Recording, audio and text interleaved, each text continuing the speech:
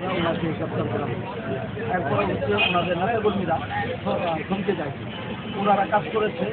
উনি জেল থেকে 11 যখন ছিল নেতাকর্মীদের মাধ্যমে পাঠিয়েছে যে আমি জেলে আছি, তোমরা কখনো রাজপথ ছাড়বা, রাজপথে তোমরা শেষ পর্যন্ত থেকে যাবো।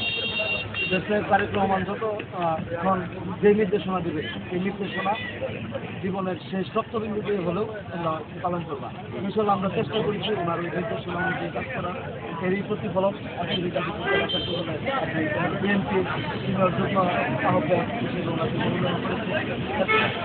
নেতাকর্মী ওনার নেতাকর্মী বলতে না, উনি তো শ্রীপুরের সকলের নেতা, গাজীপুর আসলে সকলের নেতা। উনি হওয়াতে সাধারণ মানুষের মধ্যে একটা আমি আনন্দ উল্লাস দেখতে পেয়েছি, যেটা হচ্ছে ওনার মতো নেতাকে সবাই খুব আনন্দিত যে এরকম সহজ এবং ভদ্র একটা মানুষ বিএনপি করতে আসছে। এটা নিয়ে সবাই খুব গর্ববোধ করছে। শ্রীপুরে এতদিন পরে জেলা বিএনপির একটা ভাইটাল পোস্ট আসছে, এটা নিয়েও শ্রীপুরের মানুষ খুব উৎসাহী। ইনশাল্লাহ আমরা এতটুকু আশাবাদ ব্যক্ত করি যে ডক্টর রফিকুল ইসলাম বাচ্চু সাহেব এখানে কোনো গ্রুপ বা লবিং দেখে না, উনি দেখে রাজপথের কাজ, রাজপথের কাজ যান উনি ওর পক্ষেই কথা বলেন। এবং আমি ওনার সাথে দীর্ঘ অনেকদিন যাবৎ আছি, ওনার দিক নির্দেশনা অনুযায়ী কাজ করতেছি। তারেক রহমানের নির্দেশনার বাহিরে উনি ওনার ব্যক্তিগত কোনো কাজ আমাদের দিয়ে করায়, দলীয় কাজের বাহিরে উনি হচ্ছে আমাদের কোনো কাজ করায় না। একমাত্র দলীয় কাজ হলে যে কোনোভাবে ওইটা সফল করার জন্য আমাদের চেষ্টা করতে হবে এবং আমরা হচ্ছে সর্বোচ্চ ঝুঁকি নিয়ে আমরা কাজগুলো সম্পন্ন করেছি।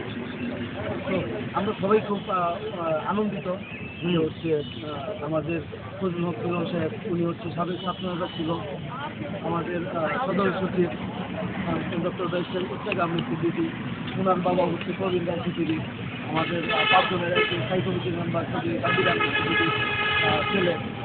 ওনার ক্ষেত্রে যে কমিশনটা হয়েছে গাজীপুরে কালিয়াপুর, শ্রীপুর, কালীগঞ্জ এবং হচ্ছে রিয়াজুল আহমান ছেলে পক্ষ থেকে, শ্রীপুর উপজেলা নেতৃত্বের পক্ষ থেকে তারেক রহমানকে কৃতজ্ঞতা জ্ঞাপন করছি এরকম সুন্দর একটা কমিটি উপহার দেওয়ার জন্য। এবং সকলের কাছে আগামী আজকে আমাদের আগামী প্রধানমন্ত্রী যাকে আমরা চাই, আমাদের মা, আমাদের আবেগের জায়গা বেগম খালেদা জিয়াকে দ্রুত সুস্থ করে আমাদের মাঝে ফিরে আনুন, আল্লাহর কাছে সেই আশা ব্যক্ত করছি। আল্লাহর কাছে দোয়া করি, আপনারা সবাই দোয়া করবেন আমাদের মার জন্য, যাতে উনি হচ্ছে সম্পূর্ণ সুস্থভাবে আমাদের সাথে আবার হচ্ছে রাজপথে থাকতে পারেন। আমরা আলোচিত